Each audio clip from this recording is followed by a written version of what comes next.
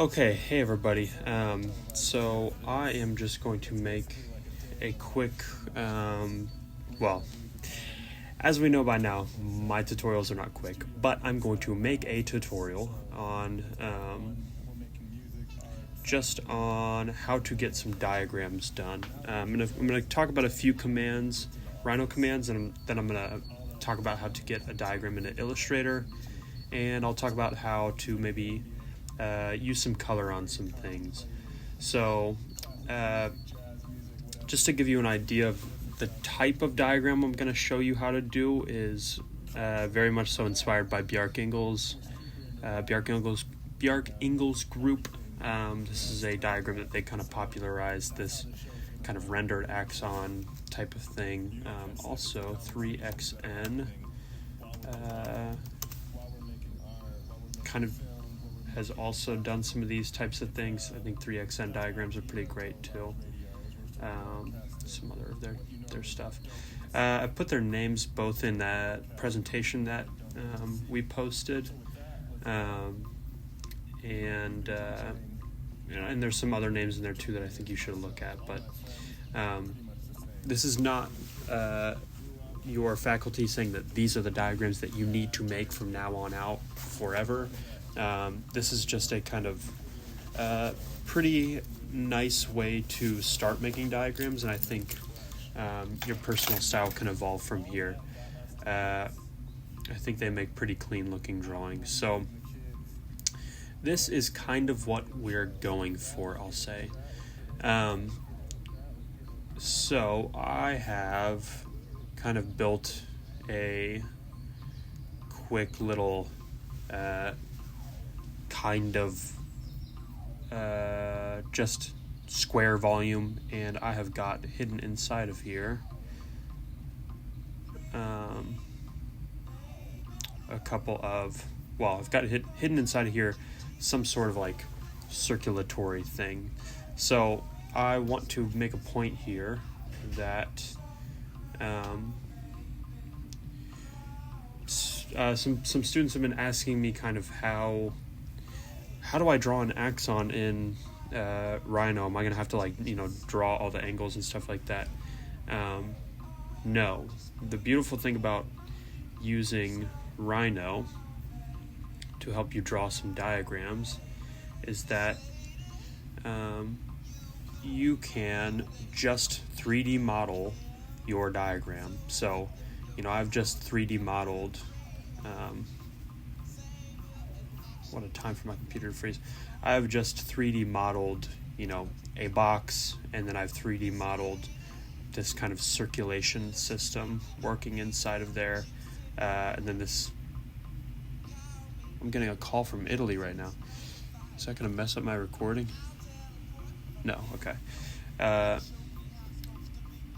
So I've kind of also modeled this rectangular prism in here.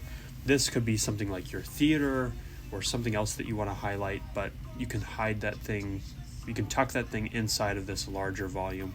I'll show you how to get some kind of transparency in the thing later. But point being, you can just model your kind of blocks for your diagram. And then we can pull axons and plans and elevations from these things. So you don't have to draw them all two-dimensionally. You can model them, and we can pull the two-dimensional drawing from it. So after you've modeled your kind of the blocks for your diagram, you can start to mess with it. So I have put this thing into set view, named, or isometric view. I've put this into one of these isometric views. So now I'm perfectly isometric. You can kind of make it 30-60 by holding shift. Make that thing into the axon angle that you would like it to be at. And then number one most important tip when you're kind of starting this process, the process that I'm about to show you, you want to make sure you're coming over to your named views. So I have Sun open right now, but you'll usually just have this kind of panel open. You want to come over to your named views, which is the little camera icon, and add a new view. So I'm going to call this diagram 1. What that does is if I accidentally mess up and I orbit around and I mess up my view, I can just come back, double click on that, and it will bring me right back to where I had it before. That is super convenient for when you are kind of knee deep in the work and you have a view set up that you set up perfectly. You know, you have this axon set up perfectly, and then you accidentally do this, and you're like, oh no, how do I get it back? Well, you've got it saved over here. So learning to save your views is an important thing. You can also type in named view and it'll bring that, well, it'll bring that panel up. Yes, make saved views. Okay, this will make more sense as we even keep going here. So what we are going to do is we are going to save this view of this rendering. We are going to save a view like this, and then we are going to save we're going to save the line work for this thing. So first I'm going to add a sun, actually, which you can do by typing in sun. It will open this manual or this option box up. You can turn your sun on, and now you can get some nice shadows in the thing. This changes where north is at, so you can click maybe and drag this thing around. If my computer wasn't freezing, I could. There we go. Can drag that thing around to change where north is at. I think when you're messing with the sunlight, first of all, you don't have to mess with the sunlight. You could just do this. I think that looks pretty nice in itself, especially if I come over and turn my skylight intensity to 1, which is where it should be. 1, enter. Now this is kind of a nice soft light on the thing. But I like to, personally, I usually like to lower this skylight intensity to like a 0.5 or something, and then use my sun to light the thing, because I like the shadow on stuff. But I want you all to, if you do decide to use the sunlight, which I would kind of be hesitant to, if you do decide to, you want to make sure what you want people looking at is in the sunlight. I see it too often where students will use the sunlight, but then they will, render their thing out like this. So why are the two faces that we're looking at, why are they both like gray? You want the sunlight to be on the important part of the thing. Yeah, I think that, I hope that's common sense, but I feel like I have to say it. It's, you're using the sunlight to give the thing a little bit of depth. And I actually don't like how the shadow is kind of perfectly following that. I want it to be a little like that. Okay. So now that we've got this view how we like it, with our skylight and our sun,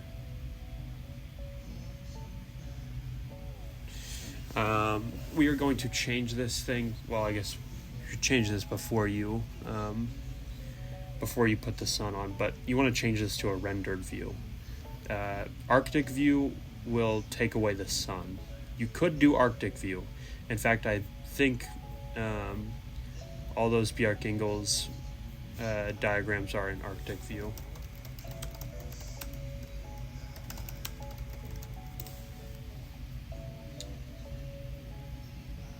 Yeah, looks like a lot of these are in Arctic view and they don't actually have sunlight. Well, there's a little bit of a shadow there. tiny bit of a shadow. I bet that's just photoshopped in. But yeah, I'm going to turn my sun on and go into rendered view. So, okay, where to go from here?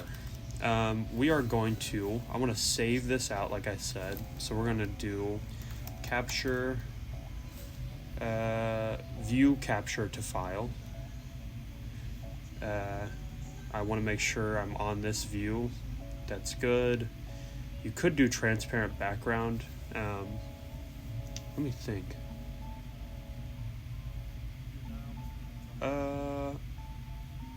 Actually, I'm actually gonna do transparent background. You might not need to do that, but I'm going to. You want it to be resolution, I would say at least 1600 by 1200. You don't need to go like super big, but I think that's kind of a nice size. Let's do apply, and that is going to save the thing. I'm going to save it to our desktop, and let's call it full building.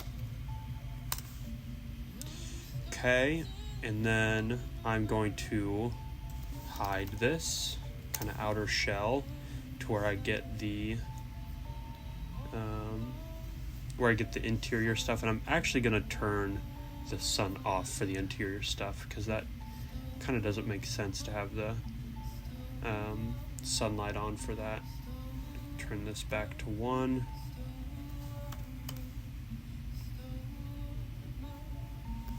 And now I'm going to view capture to file for that.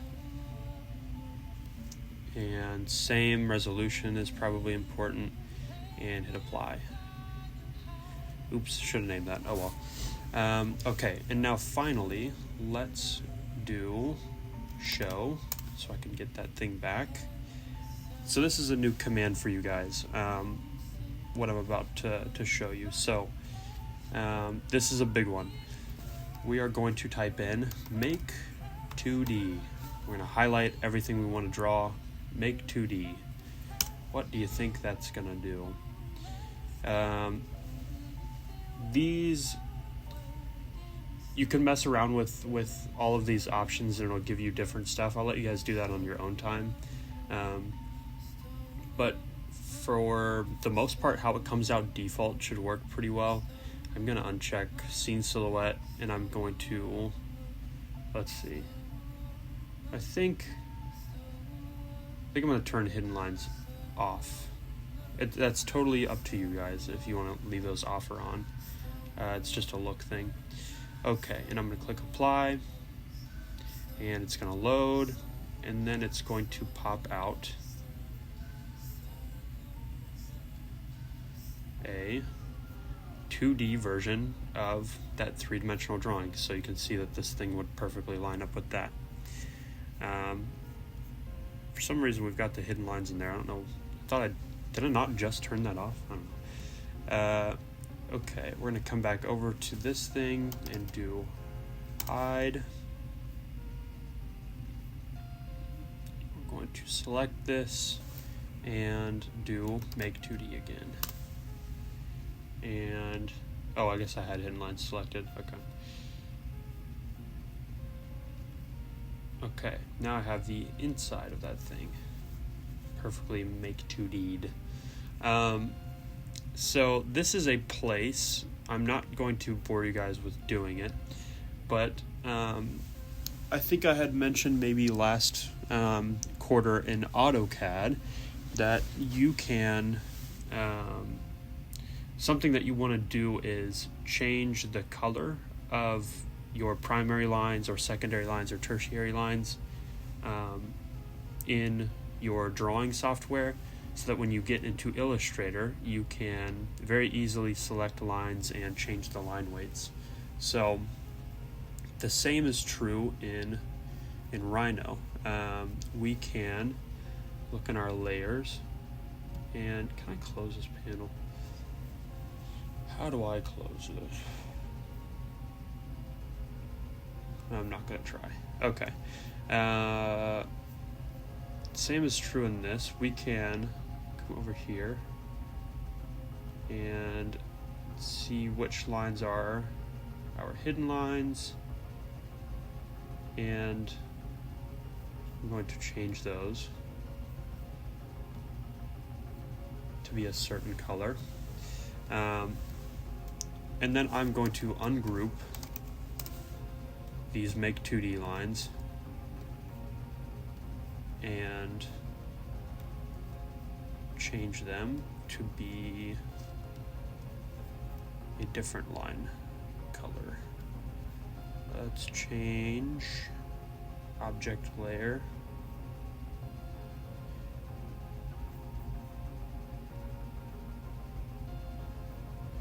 And then I would change my secondary lines, then I would change my tertiary lines, blah, blah, blah. You get the point. Okay. So changing the color of the lines is important. I would do it in Rhino.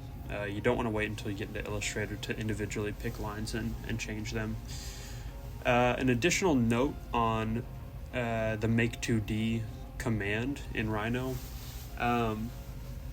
While that command has certainly gotten better, it is still not perfect. So because I made a pretty simple model, I think it worked pretty well.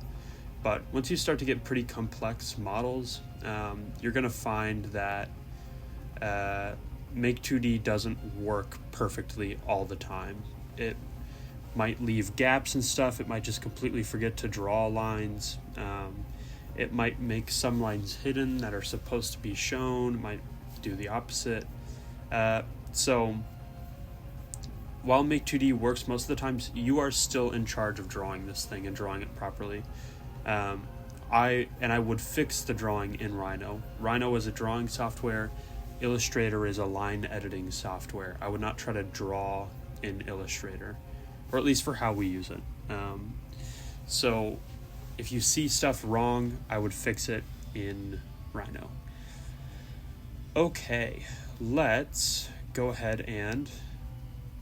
So we have those two renderings exported. We're going to grab these things, export selected, and we are going to export these as PDF, save it to wherever.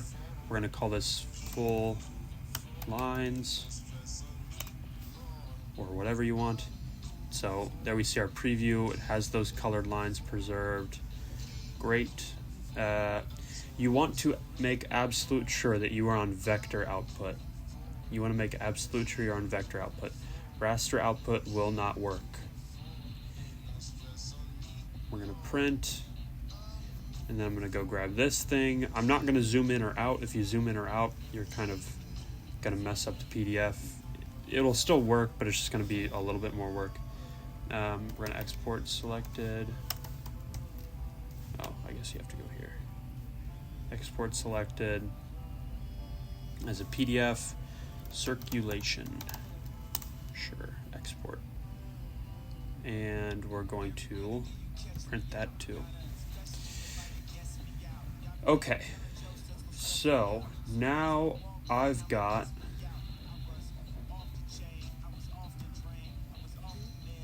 on my desktop this 3D kind of rendering, this 3D rendering of just the circulation, that line drawing, that line drawing. Okay, so now we're going to head to Illustrator, and we are going to, I'm just going to open, and I'm going to open all of these files and see if I can crash my computer.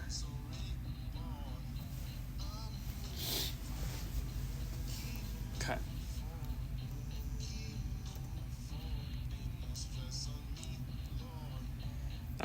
So I can come into here, and this should be kind of a refresher. You guys should already know how to do this, but I can edit my lines by, if everything is the same color, select same stroke color, and I can bump this up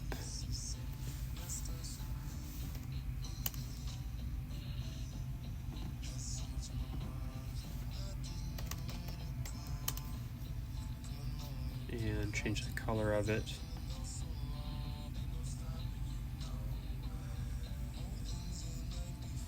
And then grab these, select same stroke color. This is going to be a mess because of the hidden. Oh, it's not a mess. Okay.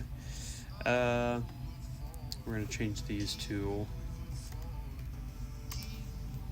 that. Okay. Already I've got a pretty decent looking axon. I hate that this line is poking through. Already we've got a pretty decent looking axon there. I'd probably go darker with these. Select same stroke weight.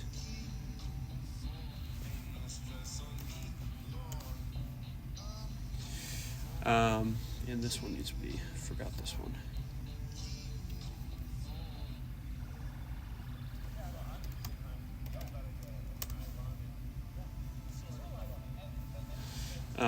Okay, so now I can come over to this rendering that I made, bring that into this file, and change its layer to be below.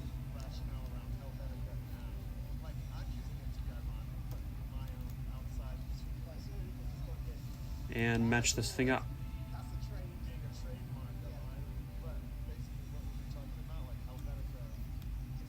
Cool. So now I've got a, well, you know, it's not perfectly matched up yet, but sitting here and it's pretty well matched up. Yeah, now I've got a good looking kind of rendered axon of the thing. From here you could do plenty of things, right? You could kind of use the pen tool to kind of highlight certain things. Let's lock these.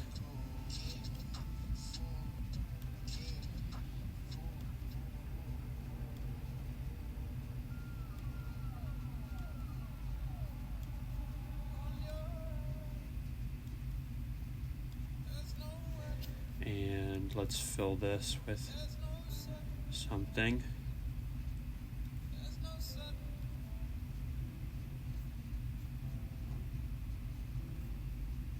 And we can change our transparency to be an overlay so we can get the shadow in there.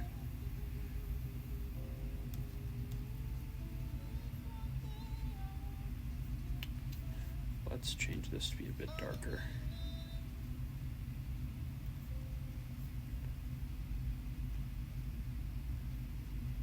Forget which. Yeah, multiply. There we go.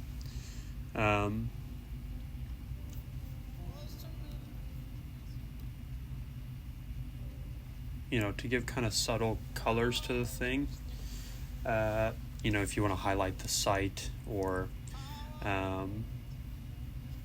know, if you wanted to talk about circulation into the building or whatever. But I think you guys get the point. You know, you can use that color to sort of highlight certain things. So that's a, you know, way to do the kind of some of the exterior stuff, I suppose. By the way, this is a sort of quick hack to making a drawing not just kind of plain black and white, with pretty minimal effort.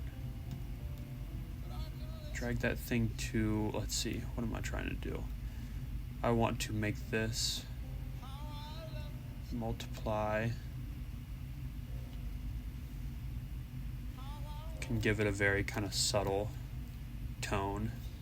It kind of looks funky right now because the background is white. But let's say we did that. Add a new layer. Move that there.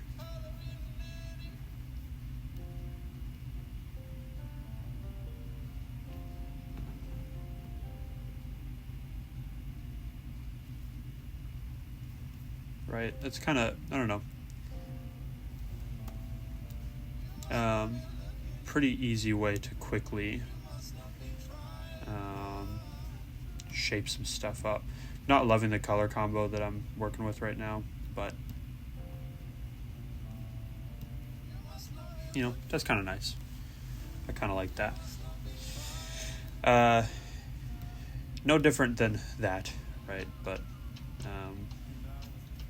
just has a little bit of personality to it, I suppose, is maybe the word to use.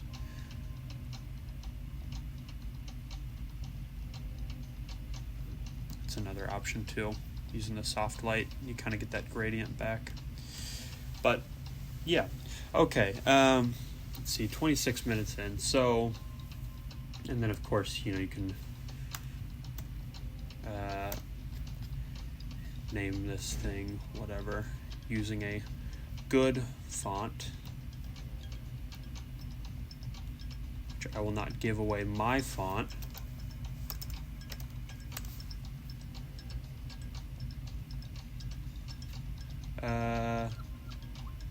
Sure, this one. Circulation.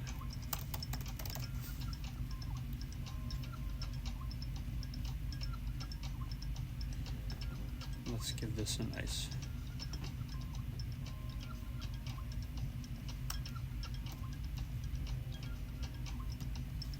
you know, that's maybe a little bit too dark on that, but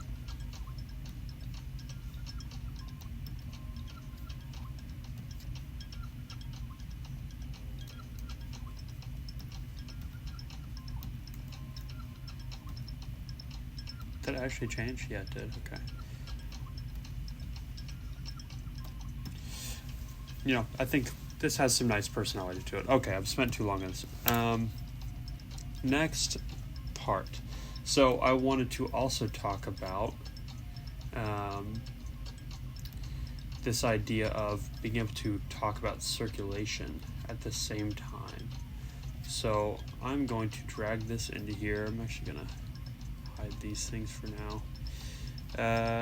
Where did I... Oops. Let me drag this onto its own layer.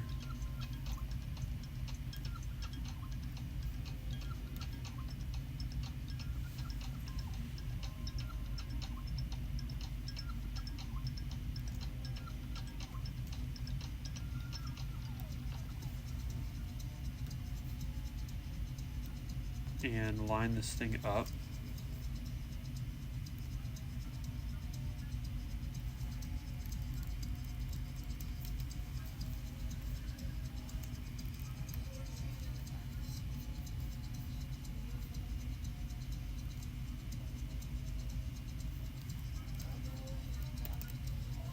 Okay, close enough.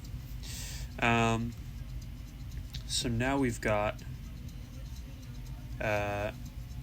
that layer kind of underneath this other layer, which, by the way, yeah, you want to move your your interior layer underneath the other layer. So now I can just grab this layer, the one that has my kind of exterior on it, and I can go to my transparency tab. If you don't have your transparency tab open, you can go Window, Transparency, and open that thing up.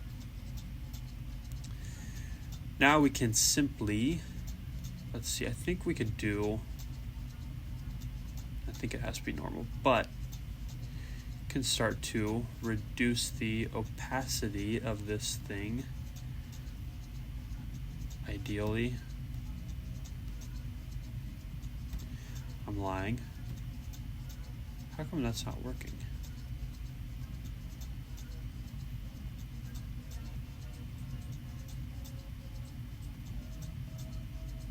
Okay.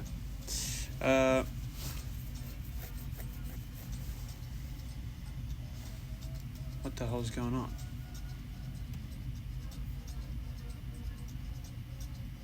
Oh, Jiminy Christmas. Okay. So you have to click the object. I want to edit that out, but I'm going to leave that in, just so you guys know how much of an idiot I am. So now you can kind of see that circulation ghosted in there. Of course, we could come and grab this drawing, which I'm going to just go ahead and turn.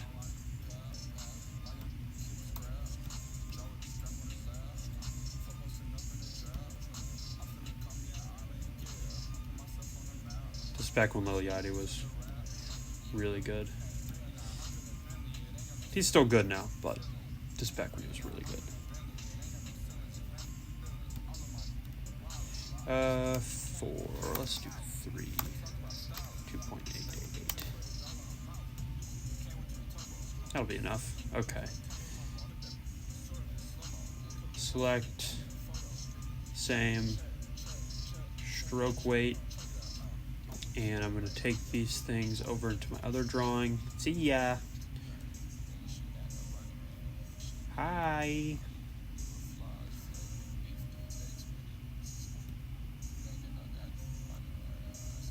Gonna shrink that down.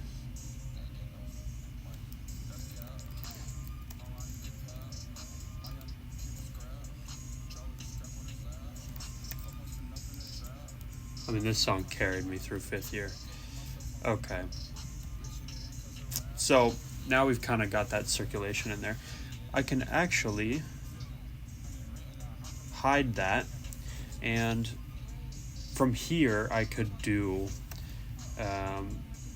my kind of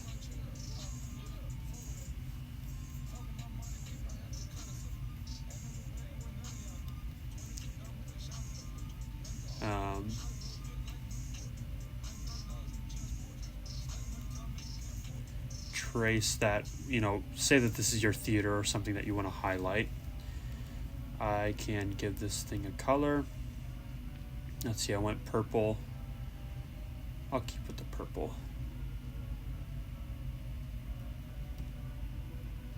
And I'll make it, actually I'll go Lakers, and I'll do this kind of yellow. I'll do green.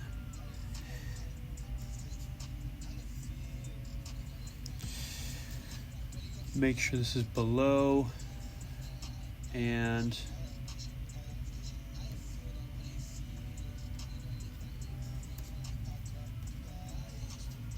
you know, now you can start to read that thing through there. I might actually make that even more kind of intense. Got everything.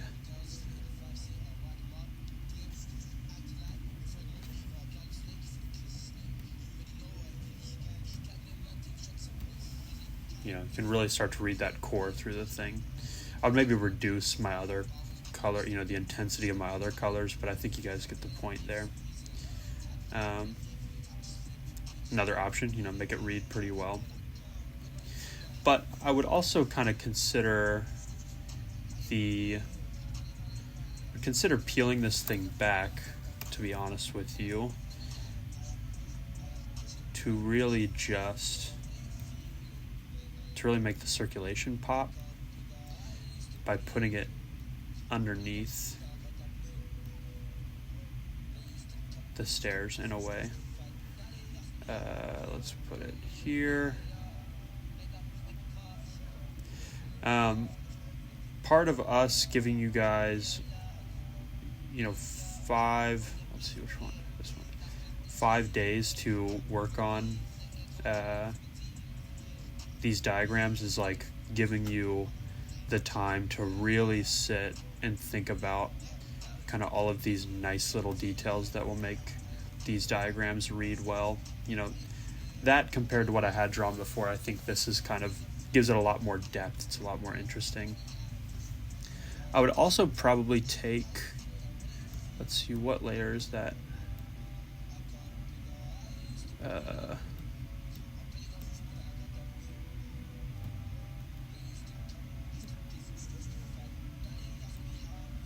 What layer is my, are those all on one layer?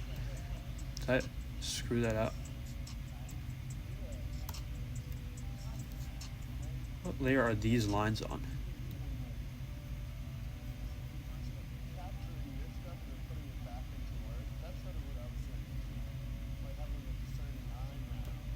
yeah, these lines, select same stroke color or stroke weight, and I'm gonna make these a little bit lighter.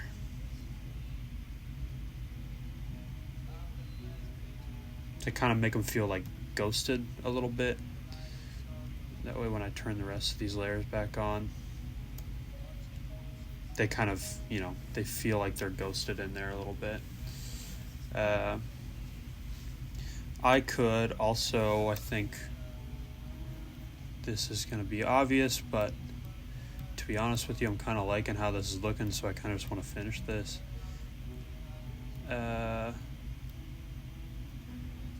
going to put these on a new layer. And, you could make this circulation path. Well, I guess it would start from the top in a way, but I'll kind of speed run through it. You could make your circulation path, I'm getting inaccurate, but whatever, you'll understand.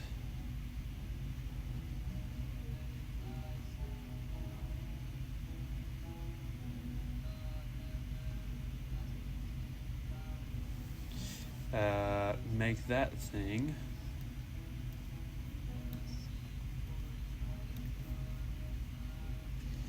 let's do a overlay or multiply, and make that thing stand out.